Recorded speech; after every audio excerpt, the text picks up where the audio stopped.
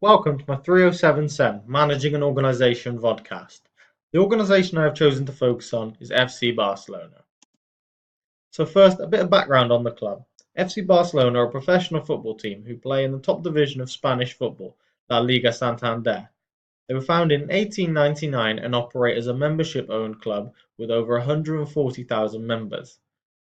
As one of the biggest clubs in the world, they also have one of the biggest stadiums, the Camp Nou, which has a capacity just shy of 100,000.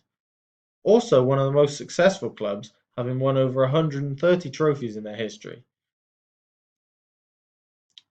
If we look at FC Barcelona's current position, you can see they are in a great place. They are current champions of La Liga, with world-class facilities at their disposal.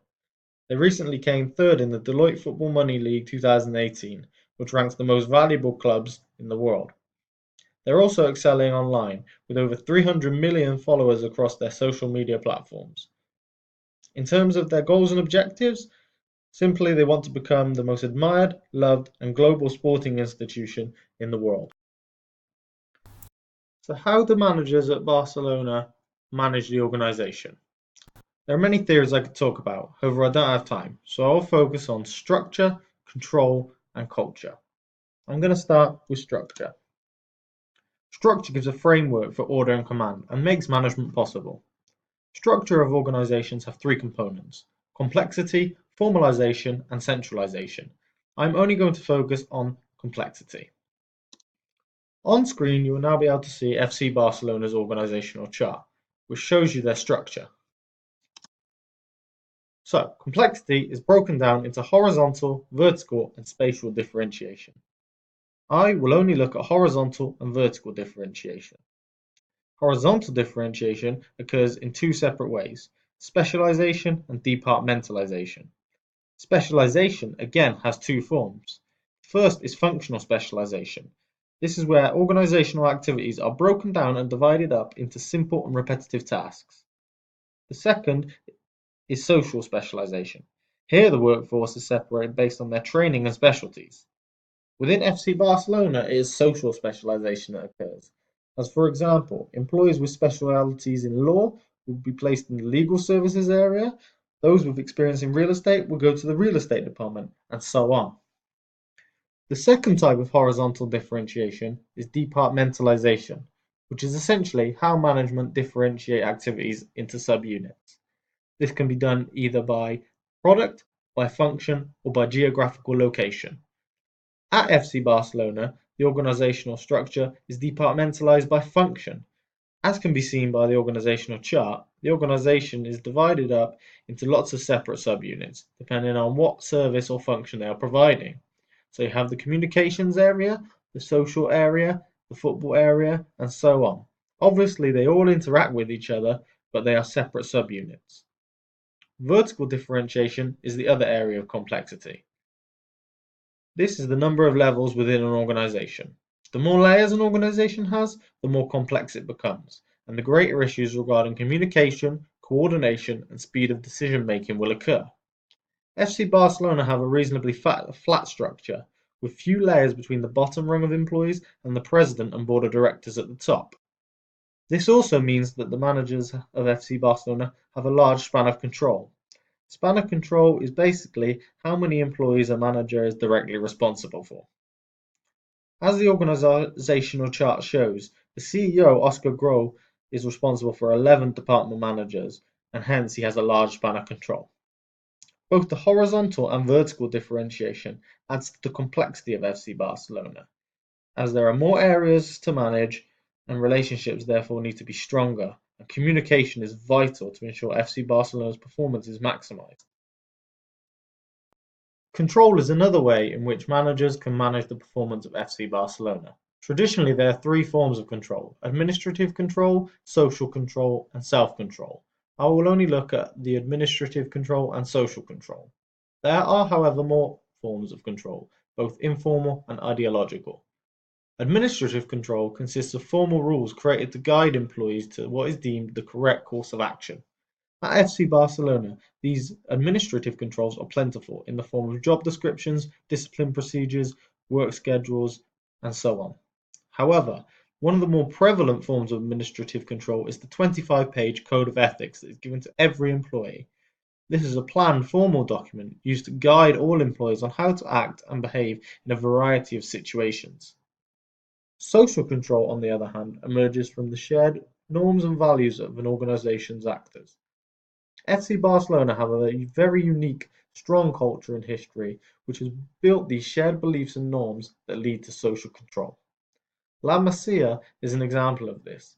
It is more than just an academy, having been part of the club for over 50 years, a way of doing things, a shared philosophy, and a way of behaving has developed and become the norm, both at the academy and wider within the organisation. Everything at La Masia is designed to enhance this, from the structural setup to the fact that everyone lives, eats, and sleeps together in the complex. As a result, it has become a breeding ground for the development of shared values and norms through both the planned strategies, such as hiring former Barcelona players like Eric Abidal, and through spontaneous social interaction. Culture is the last theory I will talk about. So what is culture?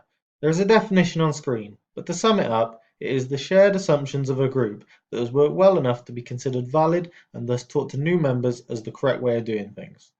Culture is incredibly important to FC Barcelona and is at the forefront of who they are as a club. Their club motto itself is Més que un club, meaning more than a club. Culture manifests itself as myths, stories, rituals, and symbols, but there are many more, such as language, physical premises, or heroes, and within Barcelona, many of these are present. In terms of language, the club and its people largely don't consider themselves Spanish, and so they have adopted the language of Barcelona, Catalan. Before each and every home game, the club and its fans sing the club anthem El Cante de Barça.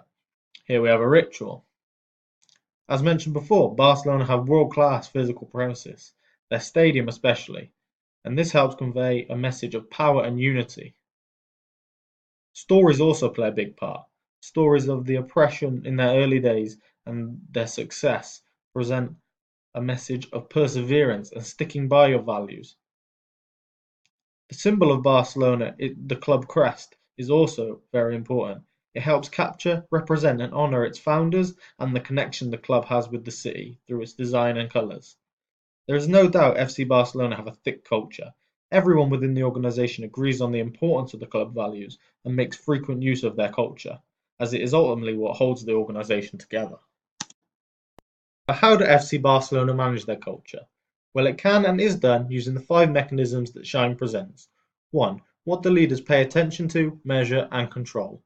FC Barcelona pay close attention to their history and its values. It's plastered all over their website and it underpins the entire club. Leader reaction to critical incidences or organisational crises.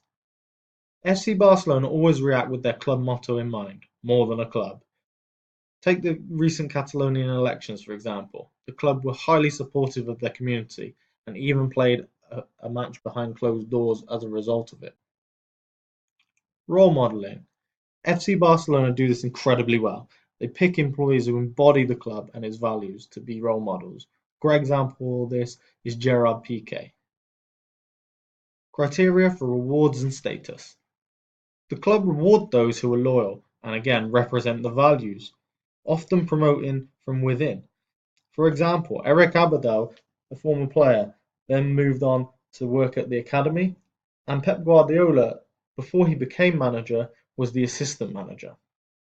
Criteria for recruitment, selection, promotion, retirement, and excommunication. Barcelona employ only those who fit the club well. Again, often from within or those who have been at the club before. It's often written into most people's contracts that they have to actually learn Catalan. And those who don't fit the culture are quickly excommunicated. Zlatan Ibrahimovic, for example, was sold only after 2 seasons, one of which he spent on loan, simply because he didn't fit into the culture of the club. Recommendations. As a recommendation for FC Barcelona, I would simply suggest that they continue with what they're doing already, as it's clearly highly effective. The club is excelling both on the field and off it. Therefore, there's little I could recommend to improve their performance. One potential issue I can see, however, that may affect performance in the future is the club's thick culture and the political climate currently in Spain. As FC Barcelona want to be at the forefront of the Catalonian fight for independence, but also still want to remain part of the Spanish Football League, this could cause some issues down the line, and I would recommend that they deal with this situation sooner rather than later. Thank you for listening, and here are my list of references.